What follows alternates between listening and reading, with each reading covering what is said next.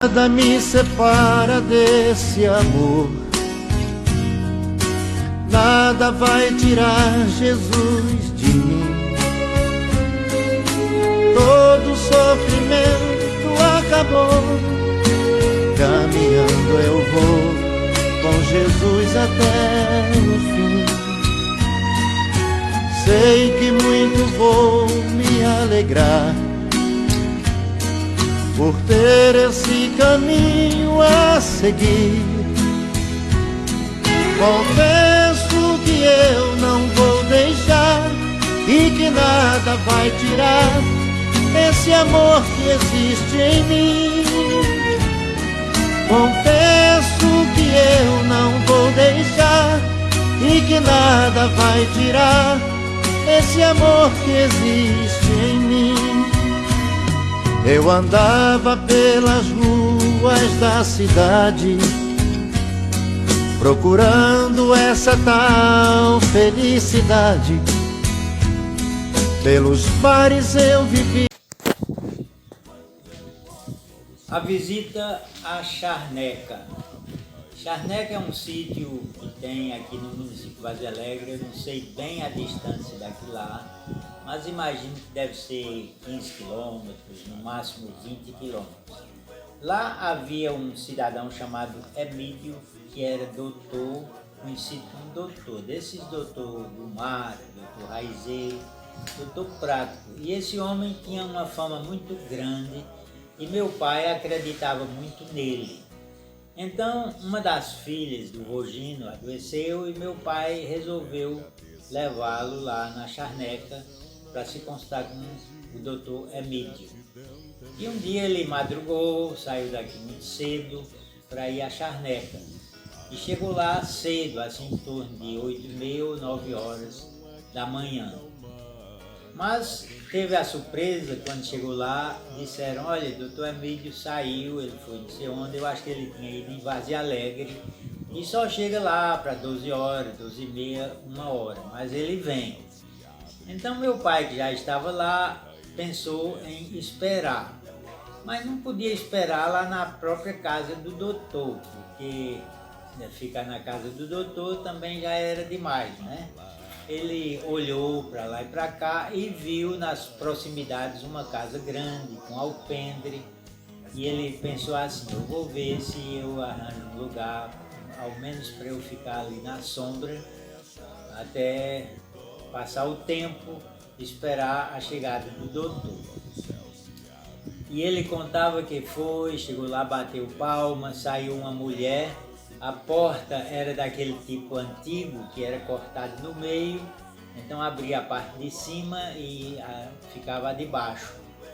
Então ele contava que a mulher saiu e abriu a parte de cima e ficou escorada na de baixo, com os braços em cima da porta, e conversando um pouco, mas mostrando má vontade. E seu Gino disse que ficou embromando para ver se ela oferecia alguma coisa. Ele disse: olha, eu vim aqui consultar essa menina com o doutor Emílio, mas ele não vai estar, conversando alguma coisa para ver se saía alguma coisa de lá para cá, pelo menos dizer: o senhor pode sentar aí no alpendre, ficar nessa sombra. Mas ele disse que nem isso a mulher oferecia, e ela ficou dura, sem oferecer nada. Quando ele viu que não ia sair nada, ele resolveu se retirar de lá, mas aí olha o que ele disse à mulher. Ele disse: olha, minha senhora, eu já vou, mas eu acho que a senhora é da minha família. E a mulher olhou, meio surpresa, e disse: mas por que o senhor diz que eu sou da sua família? Ele disse que é porque a minha família é toda assim que nem a senhora. Sem ação, não dá um café a uma pessoa, não manda entrar, não manda desmontar do animal, é todinha desse tipo da senhora. Portanto, eu acho que a senhora é da minha família. E tchau, e saiu e esperou lá pelos aceros do terreiro dele até o doutor chegar para receber a consulta da filha, que veio embora e ficou contando essa história, como é a nossa família. Mais uma história do Vogino. Vou contar a história da ida dele ao Estreito. O Estreito é um lugar lá no município de Icó, no Lima Campos, onde foi construído um grande açude Lima Campos, na grande seca de 1932. Então, Vogino disse que ele não estava nem com tanta necessidade, mas resolveu ir lá, já que todo mundo ia. Então ele foi ao Estreito em busca de trabalho para ganhar algum dinheiro. E ele tinha alguns parentes lá, pessoas daqui, da região que já tinham ido. E ele contou que quando chegou lá, era assim como uma verdadeira cidade, a quantidade de gente que tinha lá. Tudo em barraca e aquelas multidões trabalhando. E ele disse que começou a procurar o fulano de tal, que era um dos parentes dele. E ele começou a fazer confusão logo aí.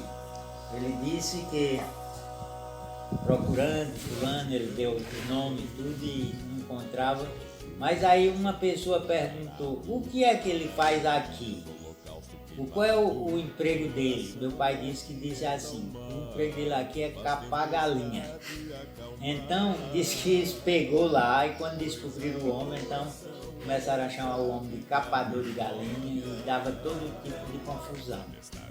Mas ele disse que ficou lá uns 2 meses e quando foi no mês de janeiro deu uma chuva boa e ele resolveu vir embora.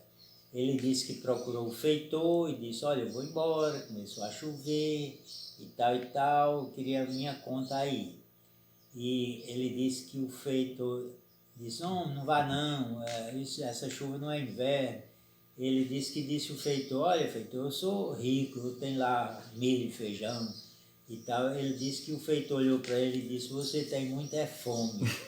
E depois ele disse assim, quando a fome apertar de novo lá, pode voltar que seu lugar está reservado aqui. Então o feitor encaminhou ele para o Icó, para receber lá o que ele tinha direito e tal. Ele foi para o Icó, que é próximo, recebeu lá alguma coisa que tinha direito e saiu de lá de pé, vindo para a vacaria, mais ou menos 12 horas do dia até 1 hora, por aí assim. Ele disse que viajou, anoiteceu, quando deu a noite, lá já em terras do município de Vaze Alegre, ele disse que o tempo se formou para chuva, muito vento. As casas estavam quase todas abandonadas nessa época, porque o povo tinha saído exatamente para ir trabalhar lá no Estreito. Ele disse que procurou uma casa daquelas e armou a rede e se deitou. Ele disse que logo depois chegaram 2 homens e ficaram cochichando por ali, fizeram um fogo e começaram a assar carne. E ele disse que aí viu, o meu pai disse, olha, tem um homem ali, vamos pedir para ele ir buscar água, que tem água daqui a uns 500 metros. Então bateram lá e disse, senhor, vá buscar água para nós beber, daqui tanto metro tem uma casa e tem água. Meu pai disse que falou assim, eu não vou não. Aí eles se calaram, um deles pegou uma cabaça, foi lá e trouxe a água. Ele disse que quando ele chegou, meu pai disse a eles, olha, já que você foi buscar água, agora se você quiser me dar um copo d'água, eu quero. Ele disse que eles deram, ele bebeu água, eles não trataram nada de mal o meu pai, então comeram a carne, parece que beberam cachaça, se deitaram e dormiram. Nisto meu pai pegou a redinha dele e se largou no mundo. Ele disse que chegou em casa mais ou menos 8 horas da manhã no outro dia e disse que a minha mãe já tinha plantado um laço de feijão, foi ao encontro dele com Marcelino, que era o primeiro filho, já um menino talvez de 3 ou 4 anos, e que foi um dia memorável. Ele viu a esposa, o filho pequeno, quase um neném, o laço de feijão já nascido, e assim foi a ida do Vogino ao estreito. Mais uma do Vogino. O Vogino, como já disse, era um agricultor que plantava bastante, como se dizia na época, para o gasto, mas sempre sobrava bastante. E ele plantava bastante algodão. Houve ano do Vogino tirar mais de 400 arrobas de algodão.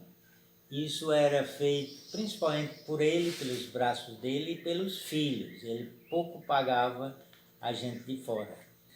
O algodão é assim, quando chega o mês de março, ou no máximo abril, precisava dar um roço, porque o mato ia tomando conta. Nessa época era o chamado algodão preto, que plantava e ele passava 10 anos produzindo, não é como esse algodão de hoje, tem que plantar e arrancar cada ano. Então ele passava em torno de 8 a 10 anos produzindo. Cada ano, no mês de março ou abril, então o dono tinha que roçar para o mato não tomar conta. E um dia nós estávamos lá na roça do Vogino, ele e uns 3 ou 4 filhos, porque era Marcelino, era Chico, era Davi, era Daniel, era José e Joel. Esse Joel já era mais novo e não estava presente, mas os outros estavam. Vogino fazia assim, ele comandava, ele ficava numa das carreiras de algodão, do lado direito, e botava os filhos em cada um numa carreira e iam tirando assim um eito de carreira, seguindo para frente. Então, num certo momento em que nós estávamos roçando, a gente viu o Vogino se agitar e começar a bater e abandonar o roço que ele estava fazendo e começar a entrar no mato, seguindo para frente, batendo e batendo e batendo, e nós não sabíamos de que se tratava. Então, ele, depois de muita luta lá por dentro do mato, um pouco ele ficou mais calmo e voltou trazendo uma cobra cascavel, que é uma das mais perigosas que existe, pelo poder do seu veneno, e nos mostrou, era uma cobra grande e era do tipo cascavel. E ele disse, olha, vocês viram a minha luta para matar essa cobra e o motivo foi o seguinte, é porque nós temos que roçar esse algodão. E eu vi a cobra, eu sabia que aqui dentro tinha uma cascavel. E eu não ia deixar meus filhos dentro de um mato desse, sabendo que tinha uma cobra cascavel. Então, em defesa de vocês, filhos, é que eu fiz todo esse esforço para eliminar essa cobra.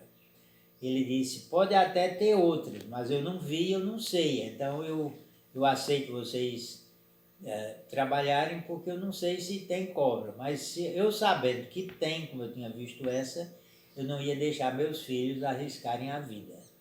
Então este era o homem pai que pelos filhos faria qualquer coisa, inclusive enfrentar uma cascavel dentro de um matagal.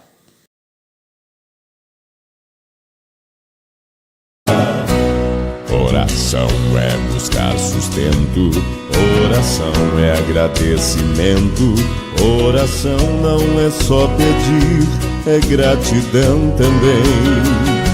Pra Josué o céu ficou parado, para Elias o holocausto queimado, oração aquieta o mar, faz tempestade acalmar. Pois a oração é a chave da vitória. Quando eu oro, logo o céu se abre. Quando eu oro, a terra estremece. Quando eu oro, sinto Deus presente, posso adorar. Quando eu oro, potestade abala. Quando